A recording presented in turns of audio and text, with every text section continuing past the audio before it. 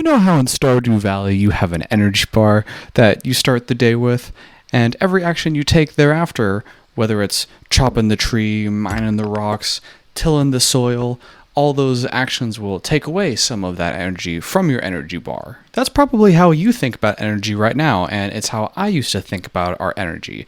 As if we had an energy bar across us, we start the day off with some amount, and then at some point in the night, we hate ourselves because we don't have any of it anymore. And if we were, okay, so maybe thinking about our life as an energy bar is a little simplistic, but what if Stardew Valley actually has some solutions for us? Let's take a closer look.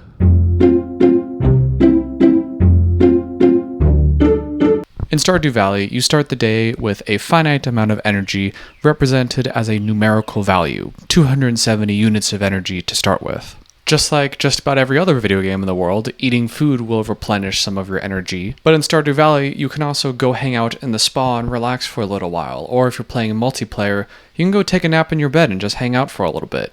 Both of those activities too will replenish your energy bar throughout the day. This is a pretty basic idea, but it does get the ball rolling when we start to think about our strategies on how we can maximize our energy throughout the day. What activities could we take throughout the day that might actually give us energy? And is there any way to permanently increase the size of our energy bar like in Stardew? But that does give us our first strategy, and that first strategy is to think about our energy sources. Let's get back into Stardew to find the others.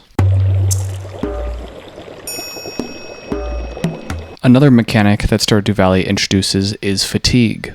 If you use up all your available energy in the day, your character would become fatigued or exhausted. Everything you do becomes very sluggish. It's very difficult to use any tools. You're walking at like half speed. And then when you go to bed and wake up the next day, your character starts off the day with less than maximum energy. And the same thing happens if you stay up too late the night before. What this mechanic teaches us is that we can actually start the day with less than maximum energy. Maybe we shouldn't just think about increasing the size of the energy bar, but how do we make sure that we wake up every day with as much of that available to us as possible? It's a pretty basic and intuitive concept that we've all experienced in our lives at some point, but it's worth mentioning here as our second strategy, is to minimize our energy losses.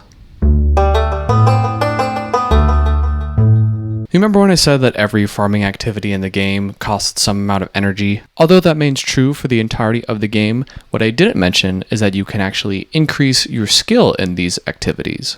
As your skill increases, the energy cost for the associated action with that skill decreases. A level 10 farmer will find it much easier to water their plants than a level 1 farmer. But how much exactly does that apply to our own life? Having greater skill in something and it costing less energy for it makes sense with a lot of physical activities like the gym or basketball, but it also makes sense for things like having good study habits. In a way, everything that we do in a day can kind of be thought of as a skill. However, in Stardew, the only actions that actually cost energy are actions that are related to farming directly. Walking around the map, talking to villagers, or for some reason fighting monsters to the death. That doesn't actually cost any energy at all. We sometimes seem to believe that the only actions that cost us energy are the really noticeable ones. We know that going to the gym and eking out that last rep on bench press is going to be pretty taxing. We know that going to a really stressful interview will drain us of our energy. We might even notice that going up a big flight of stairs is pretty tiring. But we may not be so conscious of every tiny decisions that we make throughout the day. Every action we take in our day costs some amount of energy, whether we notice it or not. And that's not just physical energy either. That's mental energy and that's emotional energy. Fundamentally, all that's saying is as you get better at something, it gets easier to do, which again, we all know that's very intuitive. And one way to track your skill level in a certain activity is to think about how much conscious effort this requires from you, with the greater the skill requiring less conscious attention. So to extend the Stardew Valley metaphor even more and thinking about things in terms of skills, we could ask ourselves, is there a way to make the activities that we do throughout the day more energy efficient? Which brings us to the third strategy of today's video, which is to maximize the energy efficiency of our actions. As a brief mental health side note, I think it can be useful to use this idea of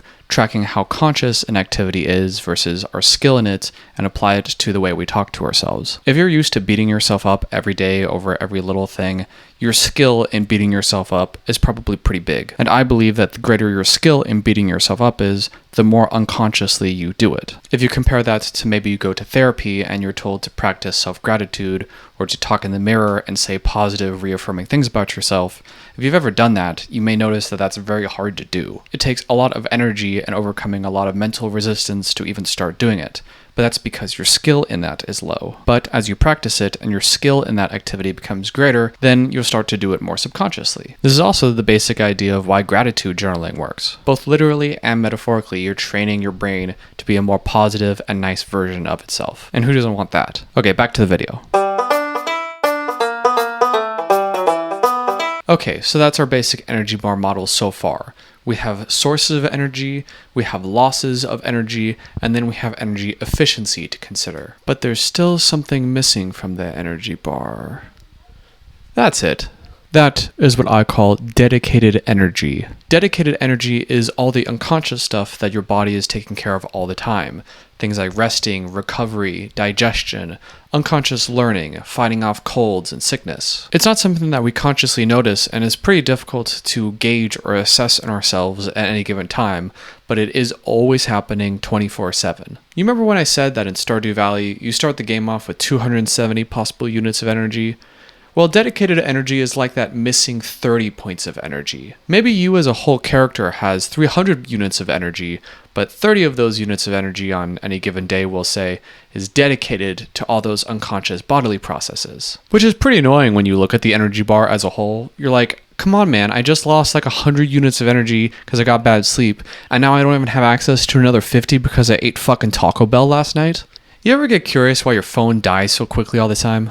It's like, I don't even have the screen on 20 hours today. Why is my battery already at 60%? Like, what's going on? I didn't touch it at all. And then you go through and look at the battery usage per app on your phone, and you learn that like 40% of the battery life throughout the day is just taken up by like system operations or something. So you're telling me that I don't even have to use my phone and I lose almost half of its energy throughout the day just by it sitting there and existing? Well, yeah.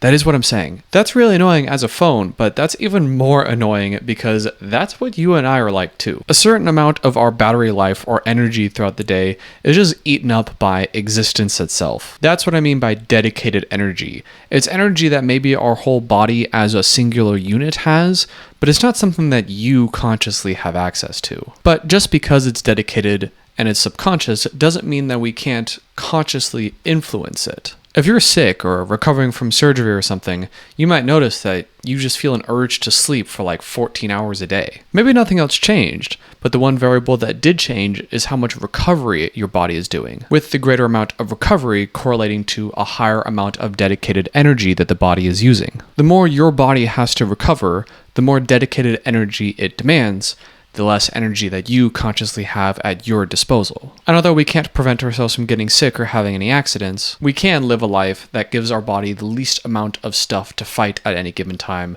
therefore maximizing the amount of usable energy that we have available to us. And with that, we have our fourth and final strategy of the video: minimize your dedicated energy. And with that strategy, we can better define what our goal ultimately is. It's not just to maximize our energy, although that is a part of it. What we really want is to maximize our available energy. When I used to come home from work and be too tired to do anything else with my day except recover, what I was really lacking was enough available energy to start new habits. But now that you have these 4 pillars to consider, you can actually gauge in your life, what is it do you think that's your weak spot? Do you need more energy sources throughout the day? Do you have too many energy drains? Are your tasks just uselessly inefficient? Or maybe your body is just preoccupied fighting too much stuff all day. Now when I'm thinking about the energy in my life, I can think about which pillar maybe is most applicable. Am I missing some energy sources in my life and need to get exercising? Maybe I think I'm starting off the day with less than maximum available energy and should sleep more. Or maybe I think I'm starting my day off with a good amount of available energy, but I have a large amount of energy losses that I'm dealing with. Or maybe I'm feeling pretty good about my energy losses, but there could be a lot of room for growth in making my habits more energy efficient. And maybe you've been handling the first 3 pillars of energy pretty well, but you're never going to have access to the maximum potential available energy to you if you've been overindulging in highly processed foods all the time. If you were to Google how to have more energy, you'd be bombarded with dozens of articles like 22 guaranteed ways, 12 science-based hacks, or 9 weird but really effective ways to boost your energy. It seems like there's never been more information out there than there is right now telling us how to solve our problems, but none of these articles helped me when I was struggling with being tired all the time. Then I realized these articles didn't help me because my problem wasn't that I didn't know enough tips and tricks. I did not lack information on how to solve the problem. What I lacked was the proper way of thinking about and assessing these tips and tricks in my own life. I did not lack the information, but I did lack the wisdom on how to use it. The way we think about things matters, and it's my belief that if you can understand something on a deeper, more intuitive level that really makes sense to you, you're far more likely to follow through with whatever change it is that you want to see in yourself. That's why I made this video, and I hope it can help you too. Thank you everyone for watching today's video, and if you found it helpful or entertaining in any way, please consider leaving a like or a comment or any of that stuff, as it tells the algorithm that this video is not complete trash and will show it to more people, which is great for me because my self-esteem is entirely determined by my view count. And honestly, if you're still watching this far and you're not subscribed, what are you doing? I mean, this is a channel with 4 subscribers and you let it entertain you for 11 minutes? See y'all in the next one.